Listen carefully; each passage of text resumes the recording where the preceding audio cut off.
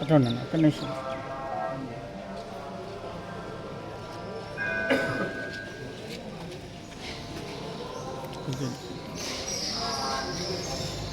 కొత్తగా కొలువు తీరినటువంటి ప్రభుత్వం చంద్రబాబు నాయుడు గారి నాయకత్వంలో గౌరవ ముఖ్యమంత్రి గారి ఎన్నికల ప్రచారంలో ఇచ్చినటువంటి హామీ మేరకు సూపర్ 6 పథకాలు ఏవైతే ఉన్నాయో వాటిని అమలు చేయలేరని ప్రచారం కల్పించినటువంటి భావదరిద్రులకందరికీ కూడా ఇది ఒక సమాధానం. అసలు ఈ సంక్షేమం ఆద్యుడు ఎవరంటే స్వర్గీయ నందమూరి తారక రామారావు గారు, తెలుగుదేశం పార్టీ.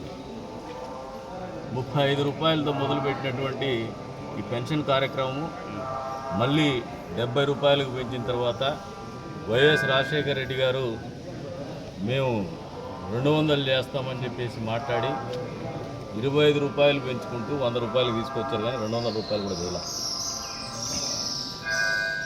తండ్రి ఎట్లో కొడుకు అంతే.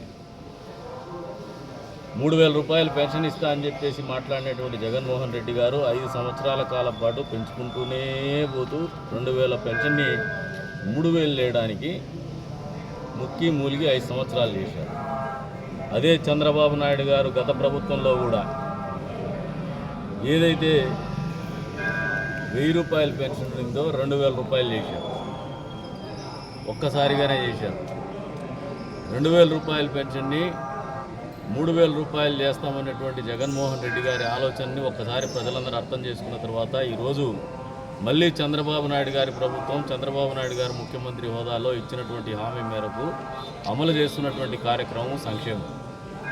ఈ రోజున ఈ సంక్షేమం అనేది గతంలో జగన్మోహన్ రెడ్డి మాదిరి కాకుండా చంద్రబాబు నాయుడు గారు ఏ రకంగా వ్యవహరిస్తారో ఆ వ్యవహార శైలికి అనుగుణంగానే ఇచ్చినటువంటి హామీని నెరవేరుస్తూ అవ్వాతాతల జీవితాల్లో మార్పు రావాలా, వాళ్ళ జీవితాల్లో సంతోషాన్ని నింపాలా, అదే రకంగా అంగవైకల్యం పూర్తి స్థాయిలో అంగవైకల్యం ఉన్నటువంటి వాళ్ళ జీవితాల్లో కూడా ఒక నమ్మకాన్ని నింపాలా, సామాజిక భద్రత కల్పించాలనే ఆలోచనతో ఈ రోజున 3000 రూపాయల పెన్షన్ని 4000 రూపాయలు చేస్తూ, అదే రకంగా ఆ రోజు నుంచి కూడా 1000 రూపాయలు ఈ 3000 ఇస్తుంది ప్రభుత్వం, 1000 రూపాయలు బకాయి కింద చూస్తున్నాం, మా ప్రభుత్వం వస్తే ఆ 3000 కలిపి 7000 రూపాయలు ఇస్తామని చెప్పినటువంటి మాట మేరకు 7000 రూపాయలు అక్షరాల 7000 రూపాయలు మొదటి నెలలో 1వ తారీఖున వాళ్ళ ఇంటి దగ్గరికే పోయేసి పెన్షన్ ఇస్తున్నటువంటి ఈ కార్యక్రమం అనేది చరిత్రలో నిలవబోతోంది. అందులో ఒక ముఖ్యమంత్రి, సాక్షాత్తు ఒక ముఖ్యమంత్రి హోదాలో ఒక సామాన్యుడి ఇంటి దగ్గరికి పోయేసి 7000 రూపాయలు పెన్షన్ ఇస్తే వాళ్ళ